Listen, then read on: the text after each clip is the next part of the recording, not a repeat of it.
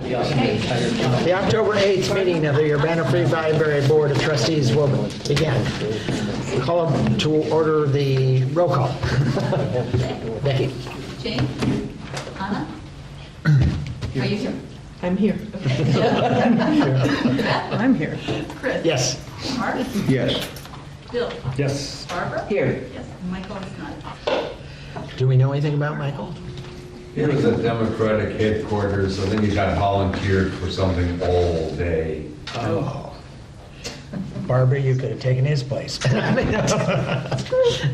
Do we have any corrections or modifications to the agenda that anybody knows? If not, we'll say that the agenda is set. Call for the executive session. We have no reason to call for the executive session tonight. Do we have anything for public comment? Seeing no attempt to rise to the occasion, we have some presentations. Let's start with the per capita equalization grant by Anna and Laura. That was really fast. We're not ready? Wait a minute. Well, may I say, what an impressive list. And I was originally reading ours saying, wow, it's nice the way it was all. But please don't read them all. We will not read them all. We'll keep it short. Yes. But I have to say that today I was just doing a cursory look about how many programs we do Yeah. yearly or monthly, and I came up with we do about 70 programs here. 70. A month. A month. A month. It seems like it's Children. incredible. I mean, I don't see how it's physically. I don't either. Beyond maybe. Every time I come in here, there's like 10 of them. So I guess, I'm not going to say my conversation last In fact, the calendar you gave us is like,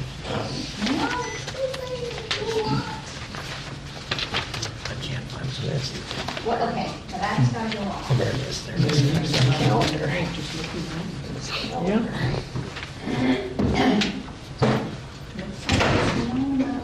I'm not gonna stand at the podium because I'm gonna.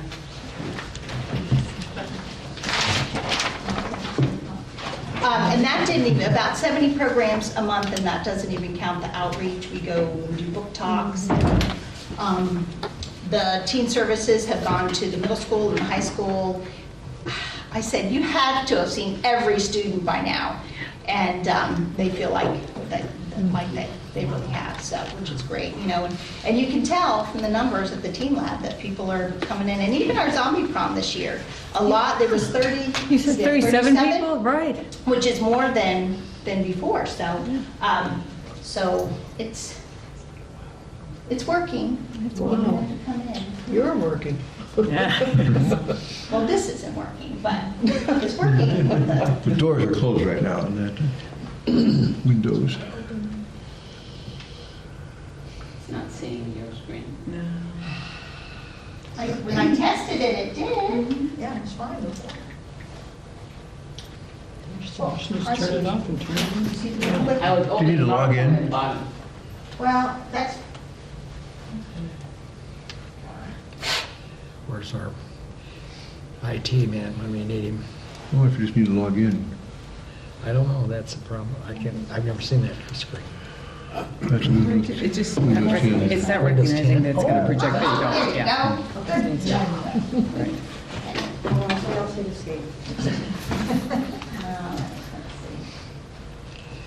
There we go. Okay, I did not put a flyer in for every program we do. I just thought I would do like a little survey kind of the things that we do. So, so in talking about the educational programs and training opportunities, we feel like everything we do in the library is educational. But, you know, it may be educational that they're learning a certain kind of art or listening to world music, but kind of focused on some of the things that were really educational based. We started young at the Urbana Free Library. We started with babies. We've had kids as young as less than a week old at some of our story times. So, and we have for babies, toddlers, preschools, and then we have, you know, we have story times for families and elementary school age kids and focusing on books and that kind of thing. So, let's see, one of my favorite programs is our Write On series, and Elaine Bearden, who is a writer herself, she's been doing this program for years, and she focuses on different things. This one in particular was a graphic novel, and she teaches different skills for writing. Sometimes she has authors come in, sometimes she writes poetry, it just depends, but it's a really great program, and it's been going on for years, and some of the kids that have been in it have been in the Pins to Lens program and been writing some plays and things, so I really feel like that's a worthwhile program. We are so lucky to be here in a community that has the university, and we use them every chance we get. We've had all kinds of students, groups, and graduate students come in and do programs. This Saturday, you could come and see the physics van. We blow things up. I don't know. That's awesome. They're a cross between scientists and comics. They're very funny and very energetic, and they're really fun. So so we're really lucky to have them at the university. I got off track. We have our multicultural story times in which we collaborate with the university, and we have all different kinds. I thought that the Brazilian and Portuguese might be kind of interesting, but we have Spanish and Chinese and Japanese and just all kinds of programs to introduce kids to other languages and other cultures.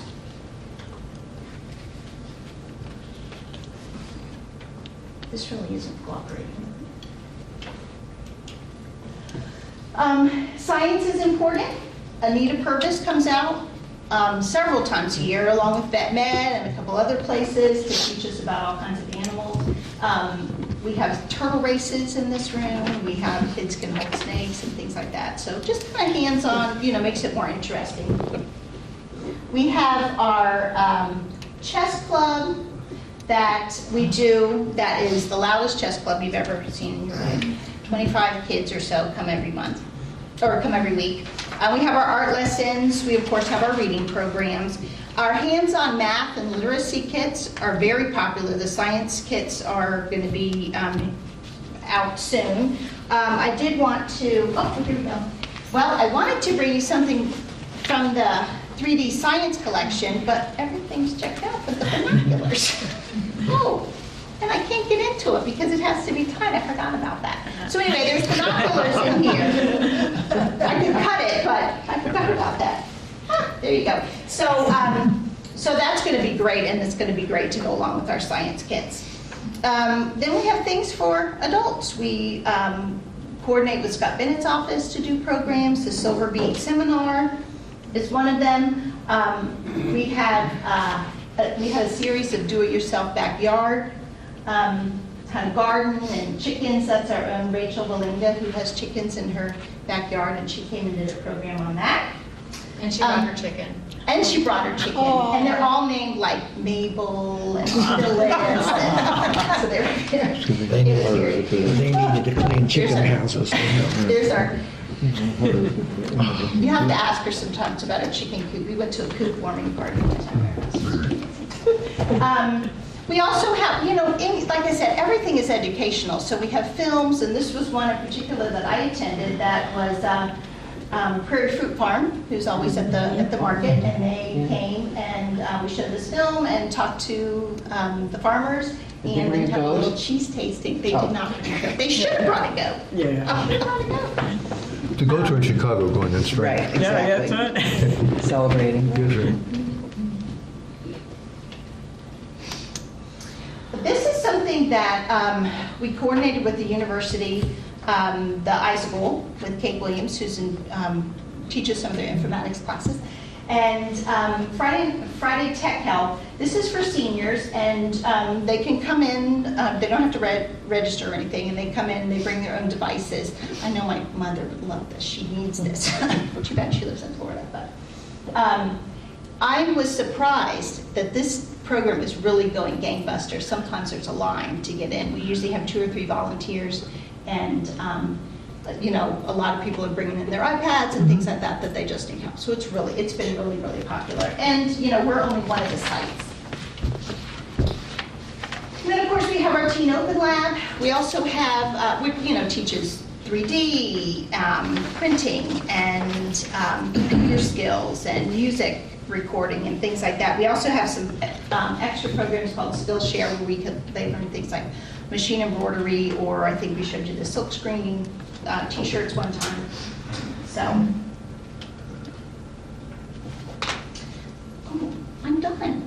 No, I have more to say. So, you know, we do offer a lot of one-on-one help.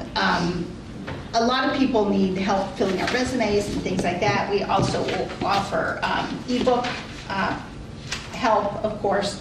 And so, like I said, I feel like everything that we do here is educational. You just have to you know, it's all going to enrich your life if you take advantage of it. So, and now it's on. You want me to hit the thing? To hit the thing? What do I have to do? I'll do it. You tell me. Yeah, I don't need to, You don't want to see that one? No, not right now. It's okay, no, just leave it up. I'll talk about that in a second.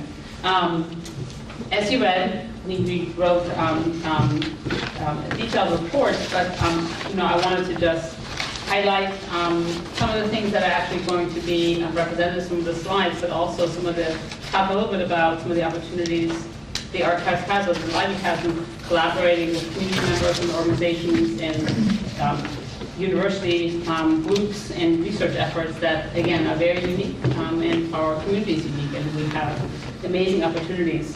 But I think I second Laura's comments that, you know, we do a lot of programming and outreach, and people learn about history, about our community, and including, again, architecture, as I noted, historic preservation, but we also teach research skills, and we also try to broaden people's horizon about topics and subjects maybe they didn't think are represented in the archives, and they can learn about in the archives. So I think we try to highlight that as well.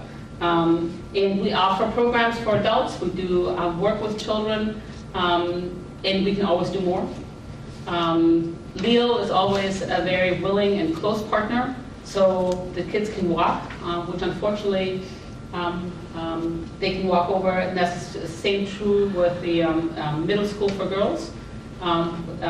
That school is now located across the street, and so they can also walk. So they did projects with us, and so did Leo. And I really appreciate those teachers making the effort to come out and to use the archives.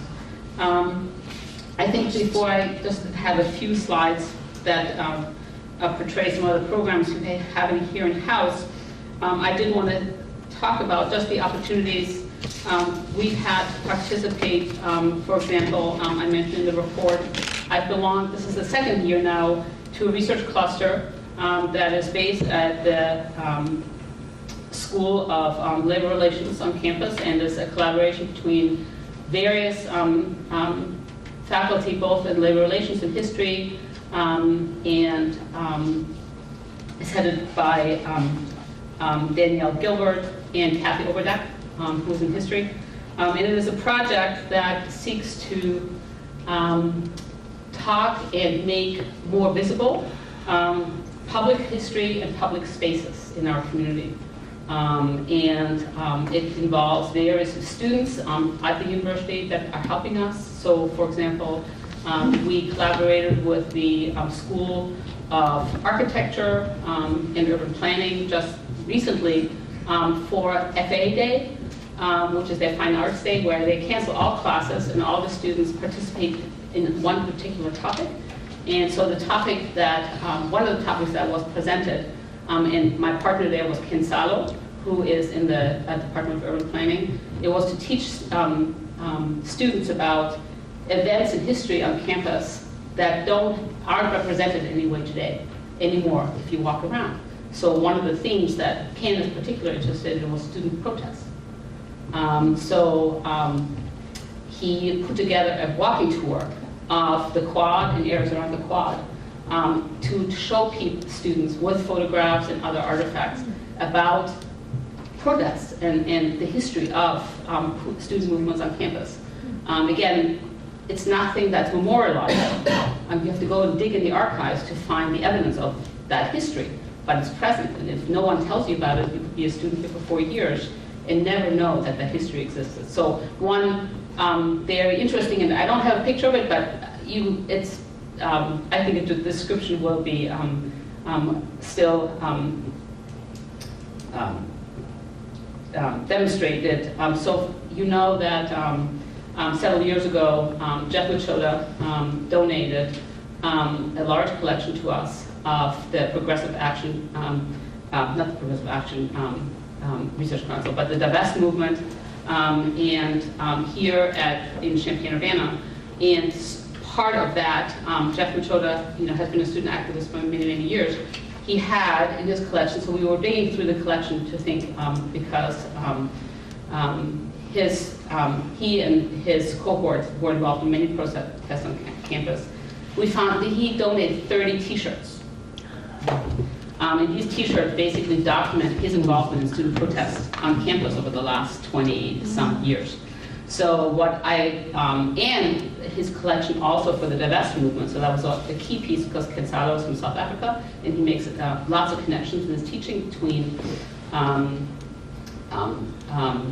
various issues in American society and discrimination and oppression on different levels with South Africa. So this is one of his topics. So what we decided to do in the Fine Arts building, Urban Planning and Architecture building, we took wire or string across the entire building, inside, and strung all the T-shirts. And then the other idea we had was, because we had a whole stack of all the bulletins or broadsides that had been put up in the 80s for Divest, we made color copies of all of them, or many of them, about 30 of them, and we recreated a bulletin board. So if students were walking through that hall, they would not only see the T-shirts, but also just see posters of people, of events that said, come to the quad at 3 o'clock. So that was just one collaboration as part of this. So it's a part of this public research group. But last year, of course, we did various other projects on campus, but it also involves teaching students not just about public history and events that aren't represented today on campus, but also in the community. So that's one project that I was involved with last year. We got funding again this year from the university to continue this work. One of the other interesting projects I was involved in last year is the Archives has done over the years several projects with WILL. And that WILL does many, many wonderful and innovative projects. So the project that I was involved with took place in Rantoul, and it was a national project that all public radio TV stations in the nation participated in, called Redream, What's Your American Dream? And it brought together recent immigrants, and so this took place at the Migration Center up in Rantoul, bringing together new immigrants to talk about, do you think there's still an American dream? And this was broadcast on the 21st with Naila Budu, so she's the one that hosted this.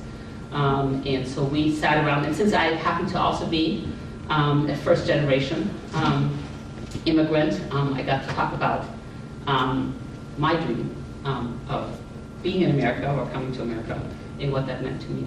So it was really interesting. So very different ways, and also thinking about how, if we're going to talk about dreams in the history of new immigrants to Champaign County, of which there are many, how do we document them? How do we capture their stories?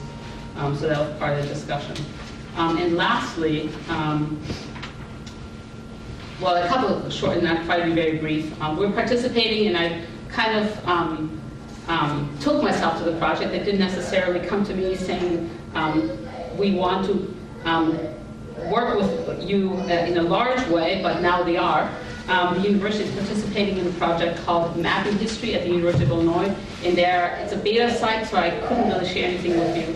But it's a site that's being created at the university that is going to, as you read, map the university and the community and intersperse it not just, again, with the maps, but with information. So you'll be able to study the history of the university and of the community by studying various maps, and this will all be online.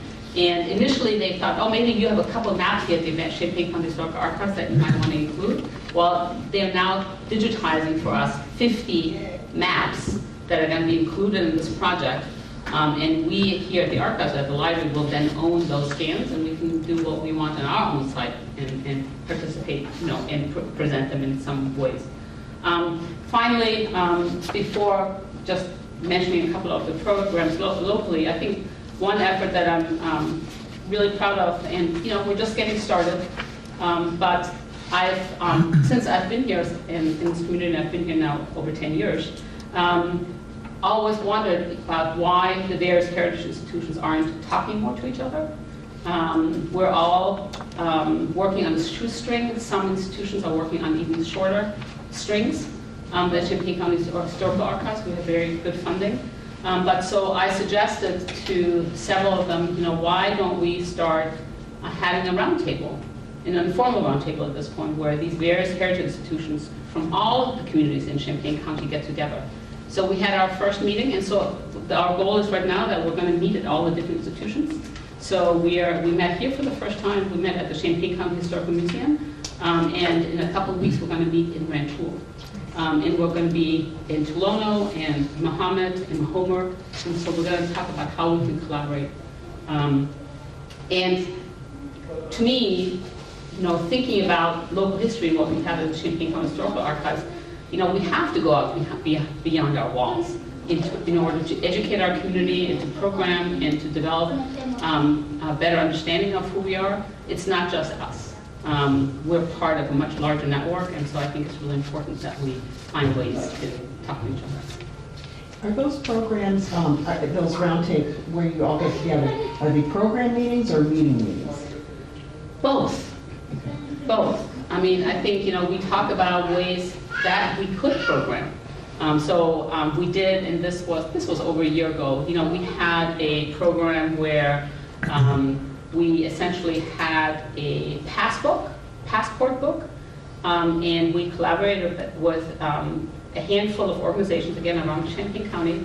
These same organizations, not all of them, and they each had exhibits and had staff present, and the passport was that you gave the passport to a patron, and he or she or the family would drive around Champaign County and visit these various heritage sites and institutions, and a docent would be there to talk about that site, and they would get a stamp, and then they also put in, participated in a raffle, and contributed some material to them. So, but again, I think, Champaign County is not just the Urbana Free Library, and what we document in the Champaign County Historical Archives is not just Urbana.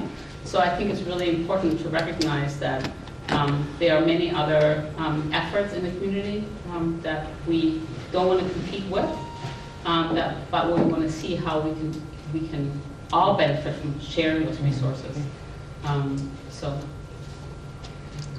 And the goal is to educate the community. So it's not just about us getting together in a round table and talking about our issues and our challenges, but it's about how can we collaborate to make our collections more visible. And I think as a partnership, I think we can do a lot more.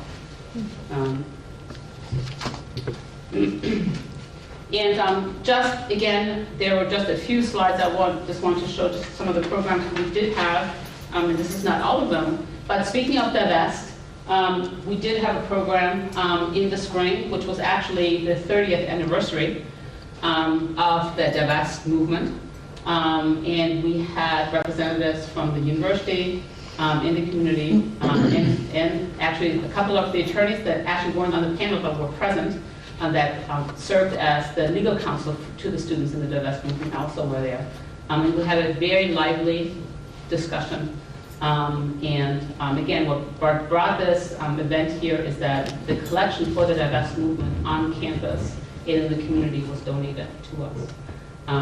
The university has a small piece of it, but we feel very fortunate to have this piece of history here.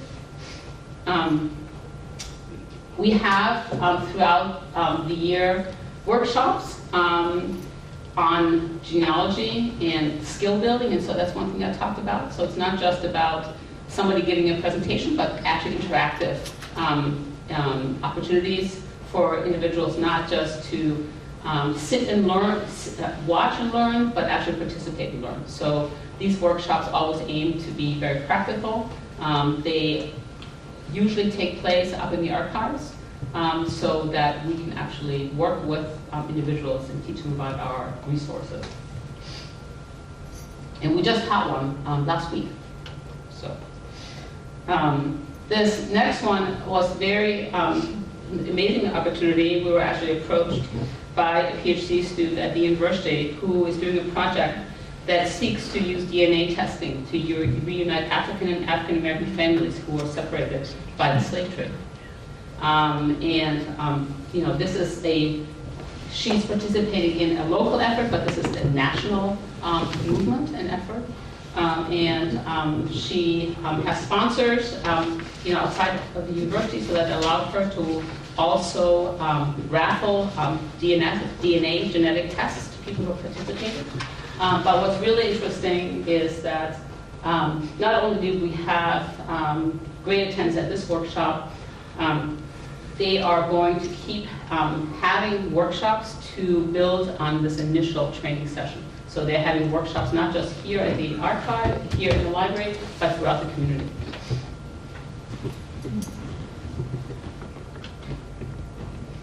And finally, I think some of you have attended. We continue to do our Countdown series, which is a collaboration with the University Archives, and between Alan Swain and I, who is the head of the Student Life and Culture Archive. So we've had usually about 4 or 5 panels a year. We're going to have two panels in the spring. So this fall we couldn't get something together because she and the University Archives are very, very busy preparing and celebrating their sesquicentennial. So she didn't want to put anything else on her plate. But in the spring, actually, we're going to have a workshop on the same panel, on the same model that's going to be on Jewish life and the history of Jewish life in Champaign County on campus. And the Cohen Center on campus has graciously offered to host this event. So this is something we've done with this event, is that we have events here at the Bennett Library and have some events at the university in the spirit of collaboration. And then the next event later in the spring will be on Chanute, and that event will be here. And because next year, 2017, is the 100th anniversary of the founding of Chanute. And there's, again, both participation and education involved in these events. I mean, I think especially about Chanute. I think when I was just on WCAA a couple of weeks ago, and I think explaining, to tell the story of Chanute, but also to educate the community about the history of it. I think there are lots of people who probably had no idea that this existed and how many millions of people were trained there. Over 2 million people.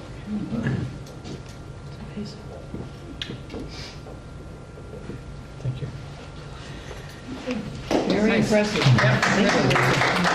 Laura, one of the things that I'm pleased to hear that the Friday Tech for seniors is more than you expected.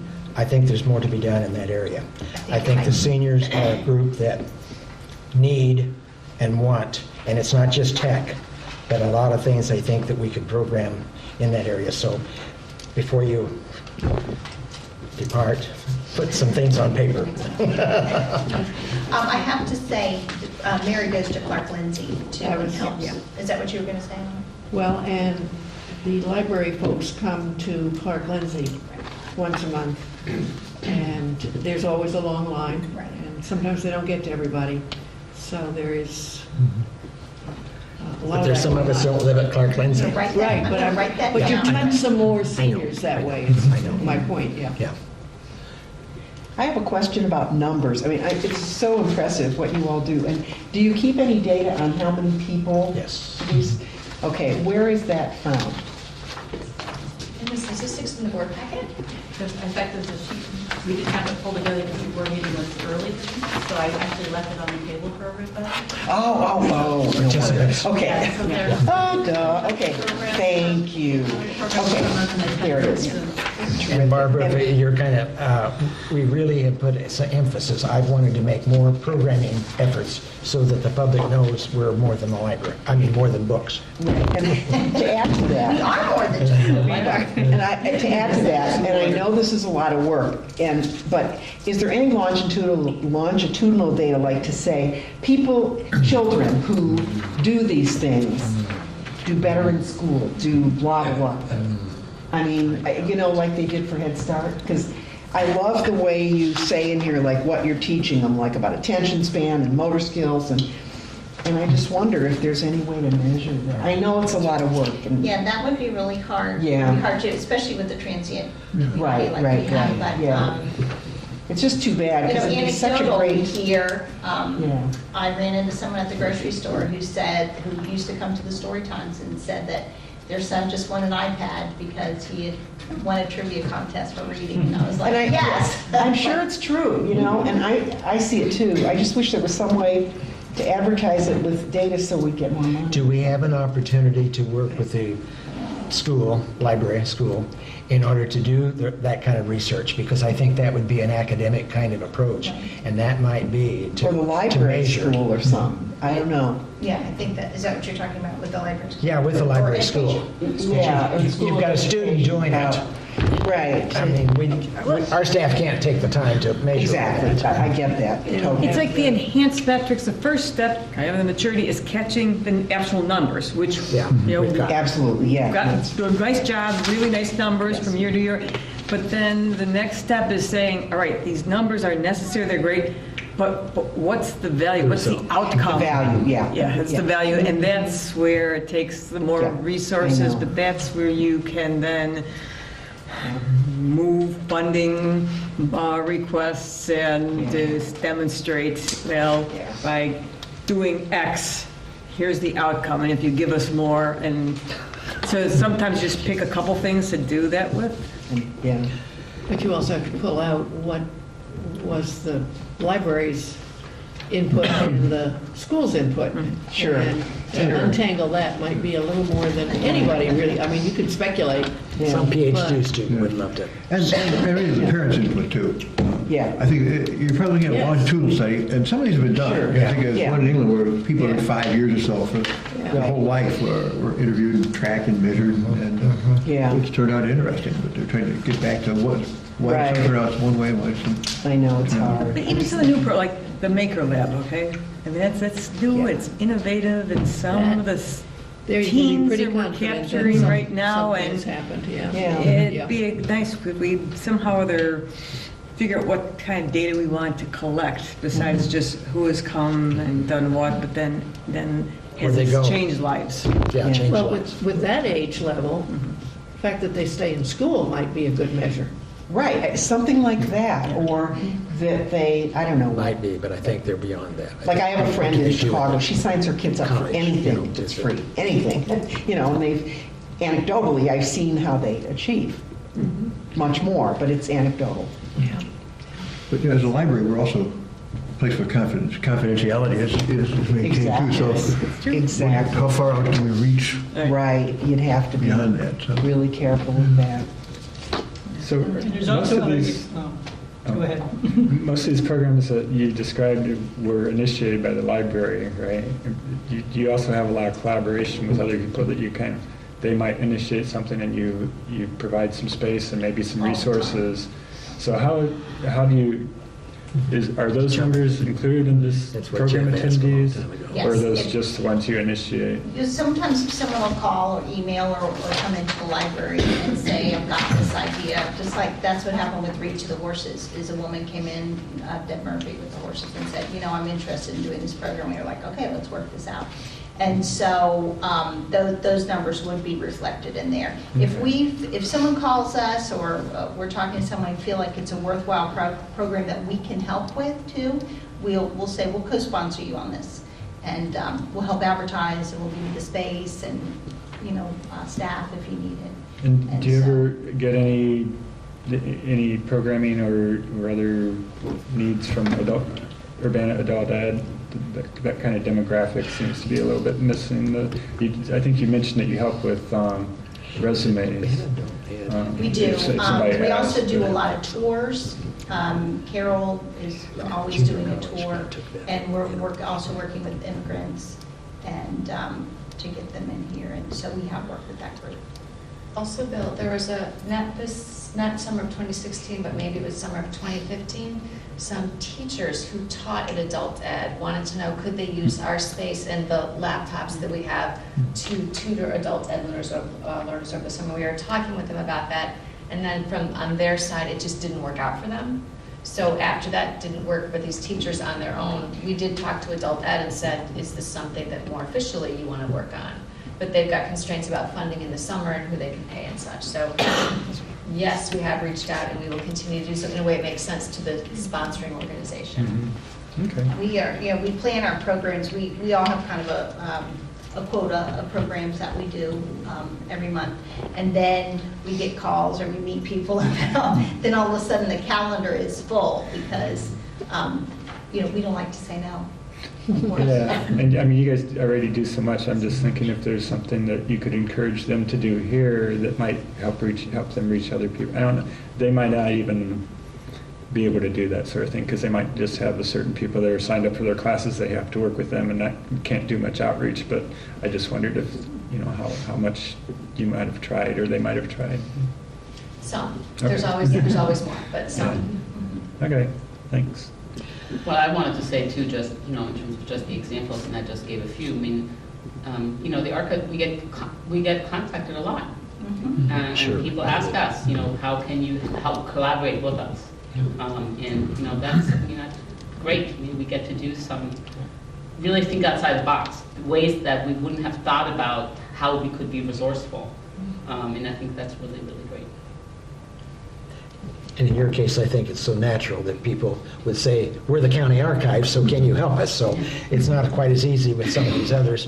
I think we have to go looking for some things, too. I wouldn't want to have everything come in. We keep our eyes open all the time. The newspaper, the farmer's market, like I said, the grocery store. I mean, we're always keeping our eyes open for new people to collaborate, new programs, and asking people what they would like, too. Yeah. Okay, we thank you for putting together some of these, because I know it's a small list. It's not inclusive, all-inclusive. Next item is the approval of the, you've got something? 7.2. You're still in 7. Still. Oh, Per capita. you're right, Mark, I'm sorry. Mark is going to give us a short version. A short version? Yes, I made it. Compared to what? All right, well, anyway, I can make this short, but you're going to have to help me make it long, too, because this is a board conversation. And we don't have a choice. We need to do it, but it's a good thing, too. We've had different conversations in terms of academic freedom and legislative relations and so forth. This is a per capita. Yeah. Which I thought I knew pretty much about, because per capita means what? By the head, in Latin, or per person. I think the kinder translation now is for each person. So, and we give them money based on how many heads or people we have, as long as we do certain things with the state. We are required, the library board will describe the library's ability to meet the needs of the community as a provider of educational programs and training opportunities, and integrate new technologies and basically bring the community in here. I think we've just heard a fair bit of that. Actually, Kathy told me, or before too, we have this much paper to apply for funding this year and include everything that we've just heard.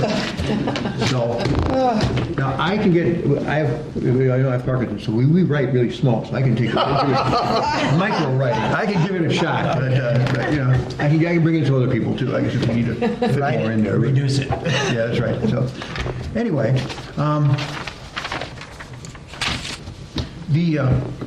I guess going on page 5 in the letter from Laura and Anka, talks about what our responsibilities are here. And I'm not going to go down and read them, but in terms of budget, there's really no relationship between the per capita funding and what we what we spend on what we do. I mean, we get, I think it used to be $1.25 a person who lived in the library district. Now it's probably going to be, what, 77 cents, I'm thinking? So we may have to cut our meetings by 50% or 2. But anyway, there's the allocation fund distribution. You can see here was adult programs 2,700, teens 1,750, children's 3,200, archives 800, other library programs 6,400. And throughout the year, we also have donors who step forward and sponsor programs that they think are important for the university too. And that is a fair bit of money. We bring in new technology. Oh, jump in. If anybody knows more about me, about this than I do, jump right in, or if you have any questions, because this is a conversation. Yeah, I did have a question on those. There's no dollar value assigned to those. I don't know if these are things that we're going to have in the grant application. Would it be possible, or would you recommend putting a dollar value on those donated things like Fairy Tale Ball and the Jesus concert? And I think you just mentioned something else that somebody helped sponsor in your presentation, but is that something that you do in your grant application, is try to value those? They don't get to that level of detail. It actually is a small box of so many words or so many characters that we have. It just seems like, I mean, the budget, you add up all those together, it's only, what, $14,000 or somewhere. And I'm sure we must do more than that for outreach. It doesn't seem to represent what we do very well. Well, the per capita is about $25,000 this year. So, yeah, you're right. There is no relationship between what we get and what we do. Yeah. I think the purpose of the per capita is to try to encourage every library to do something. I mean, it's more for the libraries who have less than the ones who have more, a lower tax base. Obviously, they're not looking at us. So the Chicago Public Library would have a telephone size volume there, too. In fact, I do have here some numbers on distributions. In the last 10 years, the total amount divided among 615 public libraries in Illinois was about $100 million. That's a lot.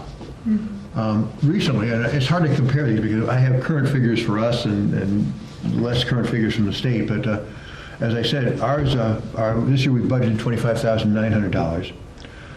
Champaign, back in 2015 and 2014, we were getting $51,500 both years.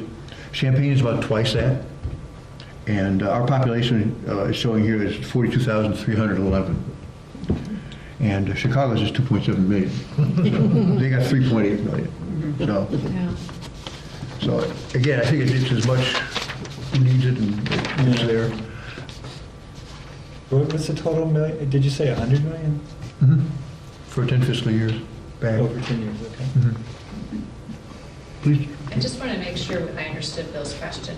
Were you asking if when we apply for the grant, if we'll include the total number of these other donors' funds for programming as well? Is that what you're saying? Well, I'm just, under budget, I don't know if that gets used in anything in reporting or anything, but it just seems like if we had a dollar value assigned to those things that are donated, I don't know how much per You don't tail show ball them a budget, costs, but- do you? Diane donated about $2,000 a year for that. Some years we spend more than that, some years we spend less, so there's a little bit of a cushion of money. Yeah. Same thing for the UFO Live concert series. That's between $2,000 and $2,400 a year. So the foundation has funds that they allocate for that. So it's not a huge amount more, but it could, I don't know if it would make any difference. I just was curious if it would help to try and value this. We were taking a look at that, but we wanted to, some things were a little snaky the way they were winding together. So for the purposes of this report, it was more important to show you the kinds of big programs that we rely on our donors for. Because if all adult programs and all children's programs for the year is, $5,700, the Fairy Tale Ball itself is, not including staff time, because we don't count that in there, that's $2,000. And UFO Live is another $2,400. So without the generosity of our donors, we wouldn't be able to do the things we do now. Yeah, staff time's a good point too, and all those things, all the programming. Exactly. Which are not reflected here though. As part of what we do, we allow staff time off desk to work on program ideas, program outreach, and then execution of program and follow-up on And program. we try to use volunteers, we also use shelvers if we need somebody to serve food and things like that. Also, like for some programs, we may get a sorority or a club to come in for bigger programs and help. So we are always cognizant of that, the cost of staff. Which I think also is a great reason to collaborate. Because when we collaborate, you can actually build a bigger, I don't know, Economic bake a base. bigger cookie, bake a bigger cake, whatever. And everybody is contributing. So if it was just you, you might have a great idea, but actually implementing it and putting it on is hard. By partnering, you can put together great ideas, resources, and that's certainly true. I mean, even like the Takir workshop, that lovely poster that you saw was put together by our graphic design department. The images in it obviously were actually provided by the presenter, who also helped write the text, and they did the actual presentations. So we all did a piece, And I'd like to believe that students involved, when they go out in the big wide world, will say, now in Urbana, Illinois, we did. And so that ripple effect will go out. And that's a great teaching. I mean, that even to me, by involving whether it's students or other people, members of the community who might not even have the experience, presenting, putting together programming, and sharing what the innovative things that they have. By collaborating with them, you're kind of, you're helping that, you're saying, no, you're doing great, let me give you a few tips, and obviously we learn from them. I mean, I think it's definitely a two-way street. And there's some good examples of some of these collaborations here too, under the resource sharing part. The grant with the Champion Public Library to buy laptops and so forth. That wasn't approved. I don't know what agency was it that we applied to. There's something called the Y-Fly grant. We applied for the first round and did not receive it, but they asked that we could apply for the second round, so we haven't heard back yet about that. So that's still alive. And the 3D science collection was donor funded, so there's, I think you spend a lot of time patching these things together, and you can't budget for them either, because I think sometimes there's something that we do that has meaning to a person, and if it's something we can't continue to do, they may step forward and say, well, I'll fund that. So I think that happened with the Sunday series too. UFO Live was the foundation. Yeah. That's about it for me. As the program, I was curious, when did this begin? And Celeste did some digging today. And it began in 1979. And it was a resolution, which was not probably legislative at the time. So I'm not sure whether it was a library board that resolved to make this happen or the legislature. But it's been pretty consistent in terms of existence. It's not consistent in terms of money available. But It comes through Secretary of State, though, right? Yeah. yes, but there's a mixture of funds. There's some general revenue funds. There's other state funds in there, so it's kind of a hodgepodge. But it helps a little bit.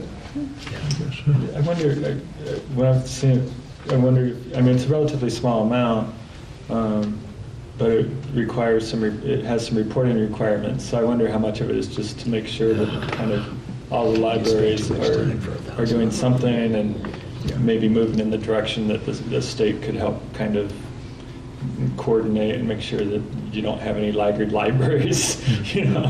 That's just kind of my impression, is maybe that was one of the motivations for doing it. Yeah, that's what the lady at the state said, that it helped give funds to libraries to ensure that libraries as a whole were meeting particular standards. So for example, one of the requirements was to have a facilities plan or a strategic plan or a disaster plan. So if you want whatever your piece of the pie is, you need to do these things. And most people, even if it's a small amount, it's money. So, and people saw the value of the standards that the state is setting for its libraries to have consistent levels of service.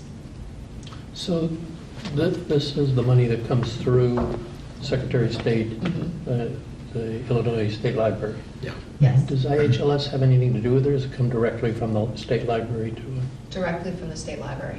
We get a check. No, it's just they've been working on this sort of advocacy thing. And it's an odd connection that the Secretary of State's office helps libraries. You know, you wouldn't think. He's a state librarian. He's a state Well, no, but I librarian. mean, like, you don't think of that in terms of like educating the public and things, you know? But it's an odd connection, because if you defund the Secretary of State's office because you think it's too political or whatever, you're affecting libraries. I think that's a conversation for another day. Yeah. But you're right. I think state funding is precarious no matter what category it is.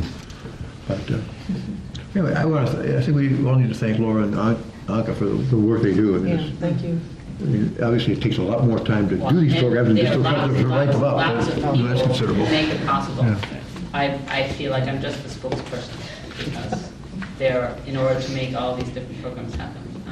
Well, you're good spokespeople. I don't know, others wrote the figure down. We were getting $1.25 this year. We think it's how much?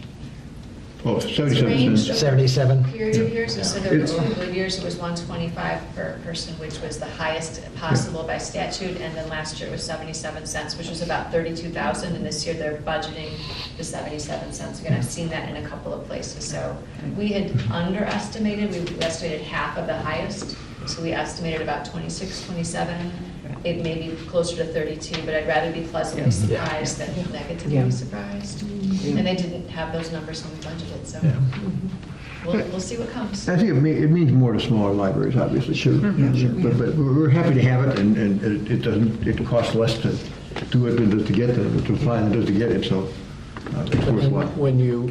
If you look at it, I bet, since it's per capita, the libraries in the northern half of the state are probably getting tons of funds. Yeah. And in general, usually tend not to be the libraries that need those funds. That's true. Well, the website has a list of cities and their population, and there's 1,144 cities, I think. And of course, there's 2.9 million people. The teeter-totter weighs heavily toward the north part of the state. So. Questions? Answers? Very good. Okay, thank you. And I'm sorry.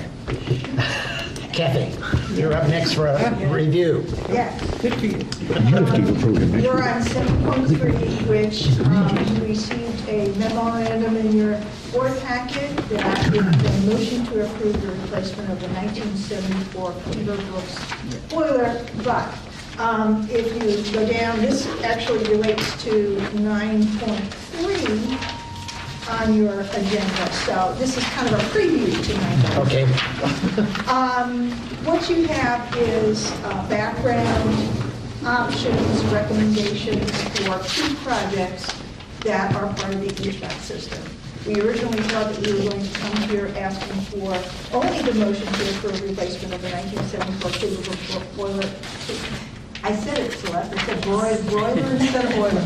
But I'm going to get stuck on that one. We cook until we're But, done.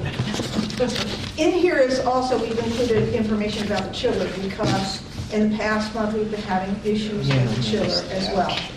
So, in speaking, in writing this document, I, of course, spoke with Davis and Howe, spoke with Penniman Engineering, spoke with representatives of the city, Vince Gustafson, who also does a lot of these types of projects at the city, to kind of get a feel for which they felt was more of a priority. And it was pretty much an agreement that definitely the boiler was the thing that had to be taken care of first because of its age and because of the scarcity of the replacement parts. But we are also saying that possibly we would like to go ahead, we would recommend moving the 12-year-old C1 chiller replacement be moved up the schedule for next year sometime as well, based on the fact that we're having a lot of problems with it right now. And some of the things that could happen, I had to say, all right, there's a lot of pros and cons of both of these. And there's no saying is that if we replace the boiler first, of course, that something could happen with the chiller or vice versa. So I had to go with all of the discussions that I had with people, and they were pretty much in agreement that the boiler was the thing that has to be replaced. Now, one of the, on your, on the page, The chiller's been repaired and it's operable, right? currently? Not completely, and that's what I was getting to on this, is that I had a conversation with Dan this afternoon about, okay, so I told him what our recommendation was going to be tonight, and I said, already we have spent quite a bit of money, it's over $9,000 on the chiller. Where is that in the bills? I'm sorry. It's in the, there's a separate memorandum, Okay, okay? yeah. It says 9.3 at the top. Yeah, right. I've got it. And I asked him, I said, Okay, all I right, see. so if we're going to move the chiller replacement further up the list of priorities, are there things that are in, under the current project expenses, are there things that we don't have to do right now that would save us money? And he said, definitely the C1 chiller insulation repairs, which is $5,300. We definitely wouldn't have to worry about that one. But the refrigerant conversion or retrofit, that he has to think about, because we still have another season of cooling. We have to get through next summer. So, but he hasn't given me a final recommendation on that. Questions? Yeah, I'm just You trying. feel like the chillers next year, I mean, it's pretty high on the priority, isn't it? It's moved up the priority. Yeah. But anything can happen at any time, except we're getting into a season where we won't need it. But the heating. Yes. But then the heating. So, I don't remember, is that the only chiller? If that one goes down, or do you just not have, do you have to close? No. Or the other chillers? If that occurs, he will not have air conditioning in certain parts of the building, let's put it that way. Yeah. So, as what happened recently with this, it's broken down into two sections. When we had our failure this summer, it was the west side of the building that had the problem. And there's two, he had a drawing picture of it, but there's actually two sections of it. I can't remember the name of the two sections of it. And one of them failed. And what happened is that the refrigerant cross-contaminated. And that is why we have to go ahead and replace the refrigerant. And in that process, he was thinking about doing a retrofit, because I think, and if you remember reading in the Henneman proposal, they had suggested changing out the refrigerant because the refrigerant we currently have is no longer being, it's going to be discontinued, and it's also not EPA Environmental, yeah, compliant. that's the problem with our house too. Yes. So that was part of it. So he has to think about what he is going to do with that. If we have moved the chiller up, do we need to do that retrofit? Can we get by? Those are questions he has to answer. Tell us again what gets pushed down in priority if we move the chiller up. The other things on the list were, well, actually, the chiller was like 10 years out, I believe, on that one. So this really moves it pretty far up Yeah. the list Yeah. of priorities. But you had your, the possibility of doing the archives as well. And then there was also the air handlers as well. The chiller's only 12 years old. Is that the typical life for it? Yes, about 10 to 15 years is what I was told.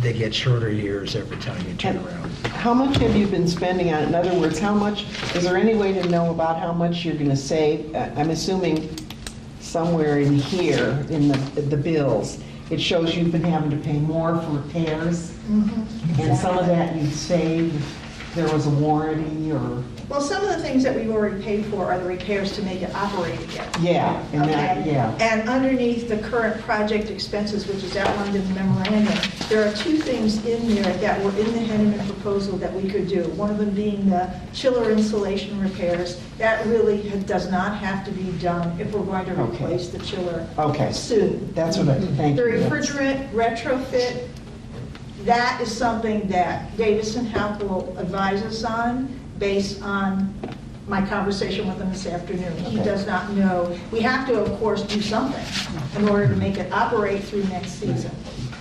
As far as funding these, I can't remember. It seemed like we were in the middle of kind of coming up with a new capital replacement plan funding-wise, or did we settle on something for that as far as figuring out how much money to set aside every year for future capital expenses? Do you mind if I help? No, go for it. This year, the city has allocated $125,000. We have not budget. set aside money in the future. We have currently been setting aside between $13,000 and $15,000 a year for capital expenditures. So if you look at the end of the budget, I think at the end of the season, we'll have $36,000, $39,000 set aside towards any capital expenses. We haven't, we have a new IT lookout for 30 years, but we don't have one for capital expenses. Does that answer your question? I guess for the, maybe a subset of the capital expenses, the equipment replacement, basically. I mean, if the chiller's gonna cost $144,000 in the last 12 years, you divide that, and Yes. that's at least, you have to put at least that much just to replace the chiller next time. Exactly. So do the same thing with all the other equipment that'll have to be replaced. It's gonna add up quite a bit. So somehow we're gonna have to come up with some money for that. That is correct. Yeah. That's the tough And we were just finishing up getting the final report from Henneman, so that we knew what the numbers would be.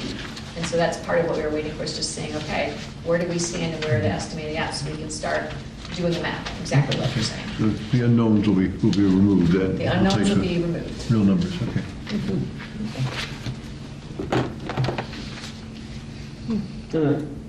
It's a lot to comprehend, I'm sorry.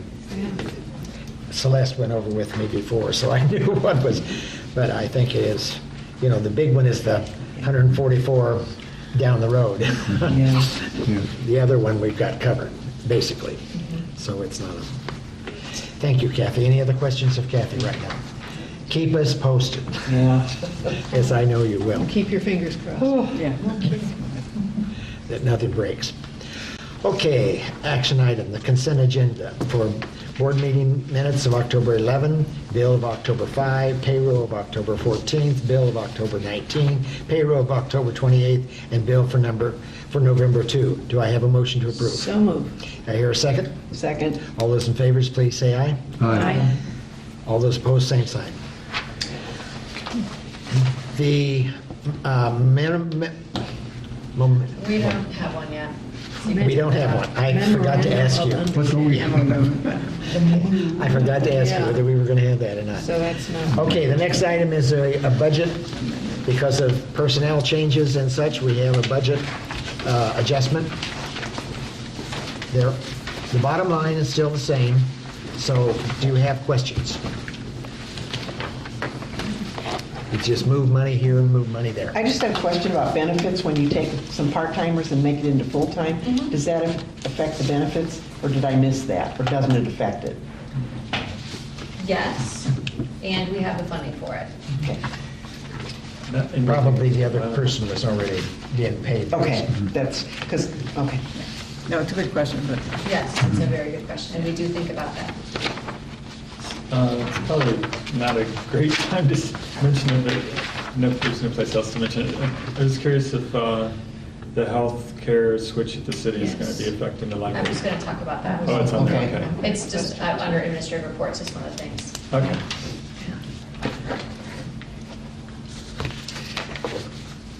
So I need a motion to change the budget as suggested by the director and her staff. Second? second. All those in favor, please say aye. Aye. Opposed, same sign. Thank you. Motion to approve replacement. Is that still in order? We still need 9.3. 9.3. I'll move. Is there a second to that? Approve replacement of the Cleveland Brooks boiler and issue an RFP. Second. All those in favor, please say aye. Aye. Opposed, same sign. Thank you on that. Okay, the RFP agreement.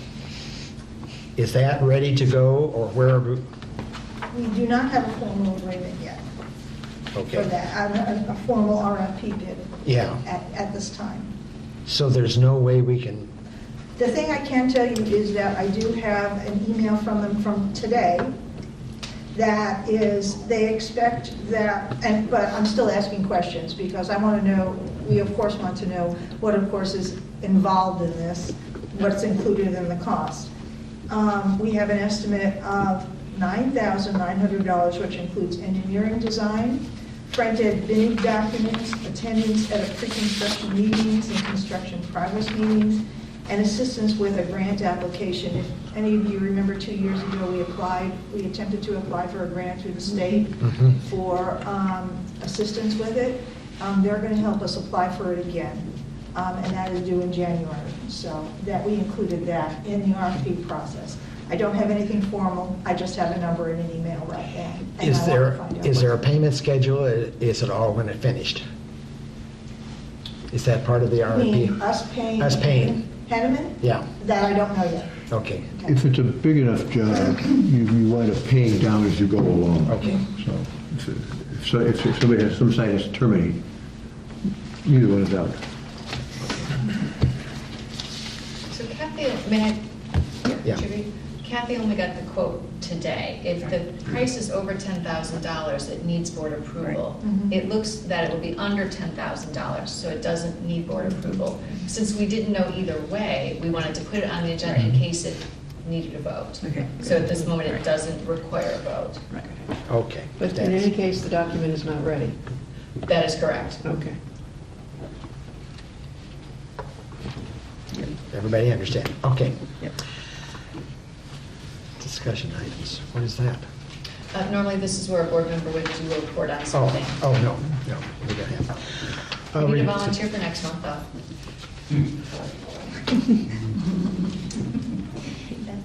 If we don't have any volunteers, I may come forward. but Yeah, I've I been think so. put- put it- People that had their turn yet. I've been putting it off, so. Not me. Yeah, I'm quite Mike, happy. Michael. The house is on the market, so I'm ready to do other things.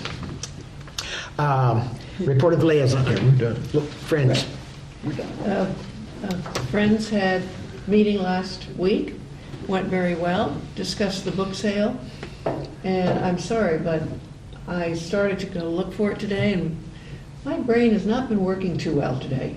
I don't know why. Gee, I don't know On why. other things. So Celeste, help me out, what, the 20, It's the 17th, it starts next Wednesday, sorry, Okay. Thursday, next Thursday. next Thursday, For the okay. Members of the Friends. And it will be smaller than the last one. There's not as many items, but lots of good stuff to be sold. So that was about it. And the signs on the front of the building, we're advertising already. Yeah. the foundation. I missed the meeting, so Celeste, would you share us with us? Yes, the foundation at their meeting did vote to acquire property at a fair and reasonable price. So we will see how that goes. The fall appeal letter is going out. Board members are going to be signing them this week. They'll go out next week, so people in the community have them before Thanksgiving.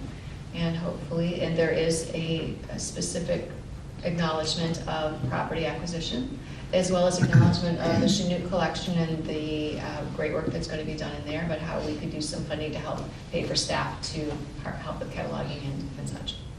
So we will wait to see what owners of property at the corner of Race Street and Green say about how they want to move ahead. Can we say that how it came about? Nope. Okay. With acquisition of property, less is more. So The foundation. is it known what the property is? Yes, at the corner, the Aller I property, mean, the formerly. Well, I mean, is it publicly known? Somebody came rushing up to me and said, "Oh, you're going to buy the..." I said, "What do you mean?" There's been a I for- wasn't sure there's been a what I for sale should sign. acknowledge. There's been a for sale It's sign. in the letter Well, explicitly that it the is explicit. corner of Race So Street it's and Green okay to Street. say that That that's- lists the Aller property specifically. Okay, fine, then I'm more comfortable. Yep, All right, thank you. you're welcome. Hartman, anything to Jeff?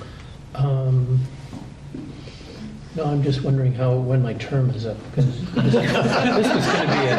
to be a no-brainer, and I'm like, on 6 committees, and I'm doing this and doing. I saw them they're- at ILA, they love you. They're big in. Never. To take that class on how to say no. So, no, they're big on advocacy, which I've been reading books on libraries, and libraries are into advocacy, and I don't know that anybody really knows exactly what that is, except we all want to do it, so they're having all sorts of trouble knowing who to advocate to. Is it pressuring the legislators, this and that? So that's the big push. Their money came through, or part of it, so the pressure's off. But in this advocacy thing, they're realizing that they need to advocate. Who do they need to advocate with? It turns out they need to advocate with their members, because a lot of their members aren't totally happy with things. And they've had trouble lately with, they've had trouble lately with their telecommunications system. They have these meetings around the state, and so people tend to stay down in Edwardsville and not travel around. And then the system goes down and, we're having trouble. And so when the system goes down at the Champaign office, then the local librarians that show up sort of air their dirty laundry while nobody can hear, so I've been hearing these, not terrible things, but well, why did they do that? And why did they transfer money from here and there and things? So I think this advocacy may end up being not political, but just trying to increase their communication with their members, if nothing else. So anyway, it's been very interesting, but still quite a lot of meetings and things. And she should Move a lifetime appointment for Jim. Yeah. You're gonna take over this thing when I'm done. Kathy, do you have additional, I or noticed are you you pretty didn't well get an answer covered? about when your term was No, up. I have one more thing. Okay, please. I have one more It seems like thing. it's been going forever. JPE Inc., who is our custodial services, they have activated their 90-day clause to end their current service agreement, which ends December 15th, I believe. And with that, we did ask them if they would be interested in entering a 90-day service agreement with a smaller scope of work, and they agreed to that. That has been drafted. They have signed it, so that starts in mid-December and will go for 90 days. But what this will do is it will permit the library to enter into the competitive bid process for custodial services. And we haven't done that in a very long time. We estimate probably 8 to 10 years. Okay. Yeah, it's not a bad thing to do. Yeah. Would they be interested in rebidding, you I think? have no idea. Oh, you have no idea? I have Okay. no idea. I have it as well. Can I ask one quick question? They've said they don't want to do it anymore. Is there something behind that? I think it was a decision they had to make best for their business. That's all. I didn't, there are some, has to do with how the staffing work and what they can and can't do, so. Okay. Sorry. Couple things. As is this time of year normal for us, we are finishing up the audit. So Becky and I, and back and forth tag team and answering questions. And we've got the final report. We are adding our parts to it, so that should be done. We expect that the auditor, as is the practice, will come in January to speak at the board meeting. That will include the audit. Ours will be done before the cities, because of course they're much larger, but they don't finish ours till the city's done, since we're done as part of their report. The city is sending people from the HR department and a representative from Blue Cross Blue Shield to the library on Thursday to meet with all benefited staff, whether they take insurance, they're all welcome to come, benefited staff. We did have a pre-meeting once the health insurance committee was close to making a decision between staying with Health Alliance Plan or switching to Blue Cross Blue Shield. They came to the library and gave one presentation. That was on very short notice because they had a very tight time frame. No, it was 2 presentations in the same day, sorry. To a staff meeting, a full staff meeting? Who did they present to? To anyone who is a benefited employee. Okay. So who would qualify for health insurance. Some of our benefited employees don't take our health insurance. They were all invited to come and be paid. So they talked twice and talked about the benefits of Health Alliance Plan, the benefits that Blue Cross offers, and asked for feedback. What were employee questions that they would have that they could then bring back to the team of people? Does this mean you're switching doctors? It can mean switching doctors, But yes. not mandatory. One second. Not if you can pay for it. So they're, with Blue Cross Blue Shield, That's the one. they have Christie doctors. I thought Carl It didn't looks take it. like most primary care physicians in Carl are not Taking Blue Cross. in network, but you can also go out of network. So it's the difference between an HMO and a PPO, and there are a number of factors. We were told that most specialist doctors are going to be included as if they're in network. So we've given, as soon as we had information, we shared it with staff. On that day, we put out links so they could start checking to see where their doctors, whether they fell in or not. And then again, Thursday this week, we will have a meeting for staff as well to have the Blue Cross people come and talk through all the different parts of the health insurance plan, and then to be able to see, and so we can have a conversation with staff about, so if you want to stay with your primary care physician who would be out of network, what are your options? Because we have the flexible spending plan, so if they want to put aside extra money pre-tax to pay for how many visits they think they might need with their primary care physician, it will cost them less, or cost us less. I mean, we all have to make personal choices. So it will cost the library less per person, but having hired, we expect to be hiring a couple new people. We always have a little bit of a cushion with how we budget a little bit of a cushion, but this will give us a little bit more of a cushion in hiring a couple new people as well. And for employees with dependents that have to pay for their own insurance now, the cost should go down substantially. It depends. So in the past, there was single and the family cost was a particular price. One thing that, there was a health insurance survey done by the city, by this committee, and one thing that came out of the survey was that people wanted to have tiers of family plans, because if you are a person and a spouse or a person and children, it costs less to cover them than a person with spouse and children. So in this plan, it is broken out in those 3 tiers, and so people who have the family plan with spouse and children, it costs more now. People who are spouse and person or person and children only will cost them less than they were paying before. So it depends on your personal circumstance. When are you having this meeting with staff? Thursday morning. Okay. So what is, you asked a question, did this have something to do with the Urbana? Well, this, for a little bit of background, this was started 3 or 4 years ago when we came out with the latest bargaining agreement with police, firefighters, and AFSCME. Part of that bargaining agreement included an agreement for them to participate in this health benefits committee or whatever it was called. So the mayor appointed staff members representing all the different bargaining units and non-bargaining units. I think about a 16-person committee, something like that. And they've been meeting for the last couple of years, monthly at least, maybe more often recently. And their main charge was to keep the health insurance costs increase costs to a minimum, to work within the budgetary constraints. And I assume in return for that, during the negotiating process, that was one of the reasons why they might have gotten a little bit higher, percent raises or something. It was probably a trade-off, so there was some give and take, and that's what they came up with. I don't know. That's all I know about it. So the final result is that there's this new plan to go with Blue Cross Blue Shield, I guess.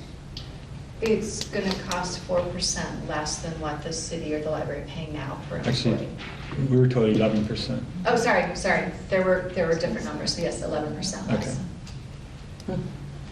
Yeah, So the Blue different- Cross has not participated in this In Carl. area for a while, yes? Decades, I think. So, I'm sorry, so why is the school district, why did they negotiate separately? Is there some problem with having all of the government? I did that for years, too. We, at the school district, like the city employees, like fire and police, they all have different issues. Yeah. And it's just too hard to get them together to forge a common agreement. I actually wanted to do that when I was at the school board. Right. It seemed like a no-brainer, but when you really get down to the No, I was on that committee we when I couldn't make was it work. on the school committee, and it's like, it's always a matter of the size of your pool, and we Yep. always talk about trying to get together with other school districts or other libraries, But Blue Cross was always the sort of question mark, and then if they didn't enter the market, then Carl just had it to themselves. They had a couple other proposals from other Yeah. things to consider. But it was, the situation was such that the groups were so small, even at 250, 300, a group per group, that if one person had a horrendously expensive medical procedure that had to be done, the next time we negotiated, that was reflected in the new contract. Yeah, it was quite eye-opening. Whichever You don't provider realize had that it, that they spent so much really money look on at care. the actual usage. And you couldn't Yes. recoup it Yeah. on the insurance rate, so. Your experience rating makes a difference, and they absolutely look at that when they figure out prices. Yeah, it is a jungle out there. And the other thing they told us last night was Christie had some kind of special arrangement where they would try to make more primary care physicians available. Like right now, if you try to get a primary care doctor at Christie, it's hard. Just if you go online, try to get it. But there was, I forget what terms they used to describe it, but there was a way to open that up and give city employees, I guess city and library employees, preference in Okay. that process so that they wouldn't, they wouldn't have to, they wouldn't be rejected as much as just I would if I tried to change doctors. They told us they had capacity to bring us all in, that's what we were Yeah. told. And if I hear anything different Thursday, I'll let you know. Okay. Because it matters, it Yeah, matters. yeah, it's going to be a big change for a lot of people. Any more questions about that? I have a couple more points, but I don't want to rush anything, I just want to make sure you've got what. Okay. This is on the lighter side. We are going to have new Urbana Free Library t-shirts. Heather and Jenny have done a lovely job in mocking up new colors and things. I will be emailing you the pictures. So if you would like to buy a new t-shirt, there are short sleeve ones and then long sleeve ones and sweatshirts.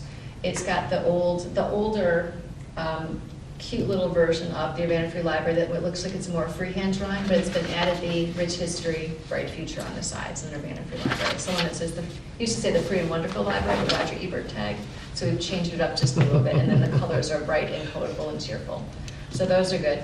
We were going to buy a free t-shirt for each staff person using some gift money that had come in from a donor that wanted to remain anonymous, but I was talking to the Friends the other day, and other libraries, the Friends do sponsor that, and they said, yes, they would love to be the group that writes the check to get a free a t-shirt for each staff person.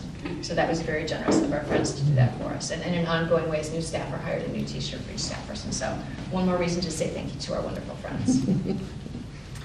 Then, as you know, we've talked about open positions, still working on open positions, but we have a new open position, and that congratulate Laura. She is moving to Florida. Oh, where? Texas. I'll wait for a few hours before I say congratulations. Yeah. I know. It was an interesting time to be looking for a home.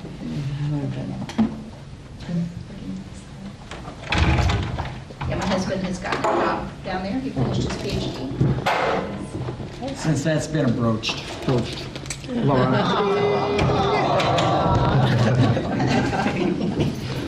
Shall I get it? What else is in there? Yes. Yeah, please take I it. wonder what was in that. So we can see more area. You're getting, Thank you very much. Those are very sweet. And they smell wonderful. Thank you. So how are you going to do all these programs from Florida? I knew when you were, I was saying Take some time that. off to be a grandma for a while, and then I'll go back to work. I think. FaceTime on your iPhone. Jeff, you brought up the point of advocacy. I think that we all need to think about that term in terms of what we've got ahead of us, because we're going to advocate for property, we're going to, we've got a lot of opportunities out here, and I know some of you are, and I have met this last week with some people, and so it's very possible we're going to have some numbers to help get us through that, but we'll get that.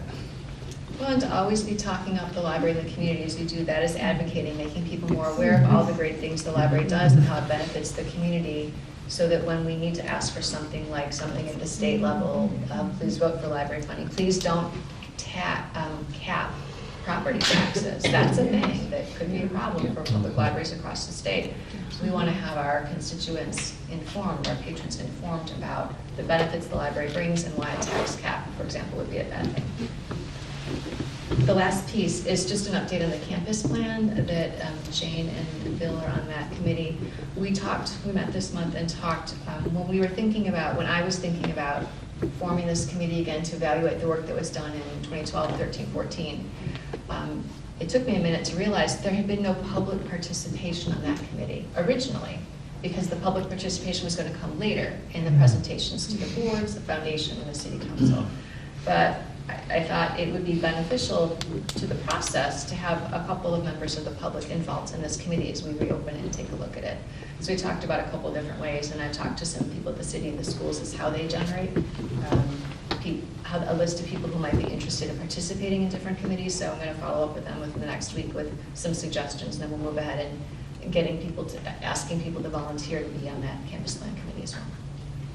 So it's moving, just we wanted to take a step back to make sure it was a fuller. We are moving into an era of which there are lots of decisions to be made. Kathy's trooping through it all, but she needs some help. And so I would like to appoint an ad hoc facilities committee with Mark Netter and Michael Wiesman to assist her. Seeing no other business to come before the board, we will adjourn. Thank you. Thank you.